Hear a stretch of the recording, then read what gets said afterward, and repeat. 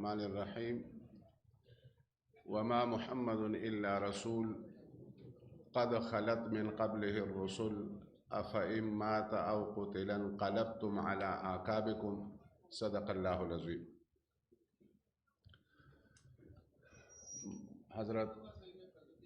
حضرات علماء کرام اور جناب وزیر اعظم صاحب، دو وزیر اعلیٰ صاحب اور ہمارے گورنر صاحب اور وزراء صاحبان، معزز و محترم مشائخ اعظام، علماء کرام، 12 بجے سے تقریباً مجلس شروع ہے اور کافی خوبصورت اور جامع باتیں جو ہے وہ ہمیں سننے کو ملی ہے۔ ایک بات جس کا تقریباً سب نے وضاحت کی کہ یہ جو فتوے ہیں اور اس کا جو ہے ایسے بندے کے سامنے اس کا رخ ہے، تو اس پہ زیادہ باتیں جو ہے وہ ہوئی۔ اب میرے خیال میں پورا پروسیس جو ہے جہاں سے وزیر اعظم اور 1996 سے عمران خان صاحب کا جو ہم نے سنا، تقاریر سنی، اور ابھی اس نے جو سٹینڈ لی ہیں، میرے خیال میں فتویٰ جس کو آپ سمجھتے ہیں کہ کہاں سے آ رہے ہیں، تو میں سمجھتا ہوں کہ مولانا فضل الرحمان صاحب صرف ایک ہی جگہ سے فتوے آ رہے ہیں اور اتنے سارے علماء اس سے متاثر ہیں کہ جی یہ ٹھیک نہیں ہے۔ اور یہ میں سمجھتا ہوں کہ اب جو ہے ان کو وضاحت ہونی چاہیے کہ یہ کس کے ایجنٹ ہیں۔ جو عملاً ثابت ہو گیا کہ نہ ہم اسرائیل کے ایجنٹ ہیں، نہ یہود کے ایجنٹ ہیں، نہ امریکہ کے ایجنٹ ہیں، اب ان کو وضاحت، میرے خیال میں مولانا فضل الرحمان صاحب کو یہ وضاحتیں ہونی چاہیے کہ کس کے ایجنٹ ہیں۔ اب شہباز شریف صاحب کو یہ وضاحت کرنی چاہیے کہ وہ کس کا ایجنٹ ہے۔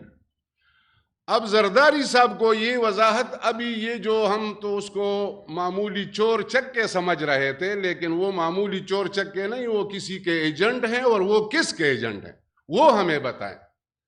تو یہ وضاحت میرے خیال میں کہ ابھی وہ فتوے جو ہے وہ انشاءاللہ نہیں لگائیں گے، میں سمجھتا ہوں ابھی اس کا نبض جو ہے وہ ہم ٹھیک کریں گے، آپ فکر نہ کریں گے۔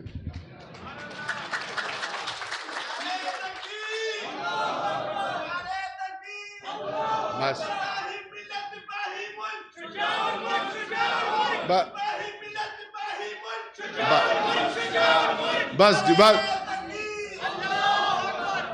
دوسری بات ہے، اب میں ذرا پروگرام کے مطابق کسی نے تقریباً بات نہیں کی کہ حقیقی آزادی۔ اب یہ جب عمران خان صاحب کا پہلا جو عدم اعتماد یا ریجیم چینج، جس کو آپ جو بھی نام دیں، وہ ہوا، تو مجھے ایک ساتھی نے یا بڑے نے بتایا کہ یار یہ بوگس خط ہے اور یہ خامخواہ جلسوں میں دکھا رہا ہے اور اپنے نمبر جو ہے وہ بڑھا رہے ہیں۔ میں نے کہا اگر بوگس خط سے نمبر بڑھ رہے ہیں تو پھر آپ کے لیے تو سب سے بڑا موقع ہے، ایک بوگس خط نکالو اور یہ کہو کہ یہ امریکہ کا سازش۔ دوسری بات، حقیقی آزادی، یہ اصل میں جس طرح تمام علماء کرام ہے، میں زیادہ تفصیل سے بات نہیں کروں گا، اس لیے کہ حضرت پیر صاحب محترم نے حکم کیا ہے کہ مختصر باتیں ہونی چاہیے، اور ہم سننے کے لیے آئے ہیں، باتیں کرنے کے لیے نہیں آئے۔ لیکن حضرت موسیٰ علیہ السلام کا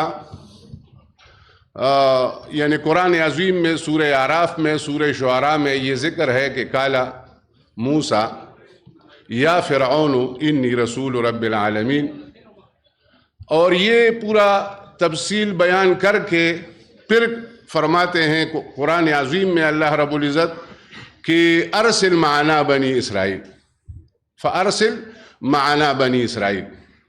یعنی بنی اسرائیل کو آزاد کر کے ہمارے ساتھ بھیجو. اور دوسرے مرتبہ سورہ شعراء میں فَأْتِيَا فَقُولَا، تمام علماء کرام ہے، اس کے تفصیل میں نہیں جاتا، لیکن دونوں پیغمبر ہارون علیہ السلام، موسیٰ علیہ السلام تشریف لائے اور فرعون کو کہا کہ بنی اسرائیل کو آزاد کر کے ہمارے ساتھ جو ہے وہ بھیج رہے. یہ آزادی کا نعرہ، اب میں سمجھتا ہوں کہ وہ لوگ سمجھتے ہیں کہ ہمارے پاس علماء کرام ہے یا مولانا فضل الرحمان صاحب ہے. یہ ہمارا جو ایجنڈا ہے وہ اسلامی ہے اور دینی ہے اور قرآن کا ایجنڈا ہے. قرآن کا ایجنڈا جو ہے وہ وہی ہے جو موسیٰ علیہ السلام کا ہے. اس میں کوئی شیعہ، بریلی، دیوبندی اس کا وہ نہیں ہے، وہ اپنے اپنے درس میں کرے. یہ جو آزادی کا نعرہ ہے اس میں کسی کا اختلاف نہیں، کوئی مسلکی اختلاف جو ہے اس میں نہیں ہے، اور قرآن میں خصوصاً کسی کا اختلاف نہیں.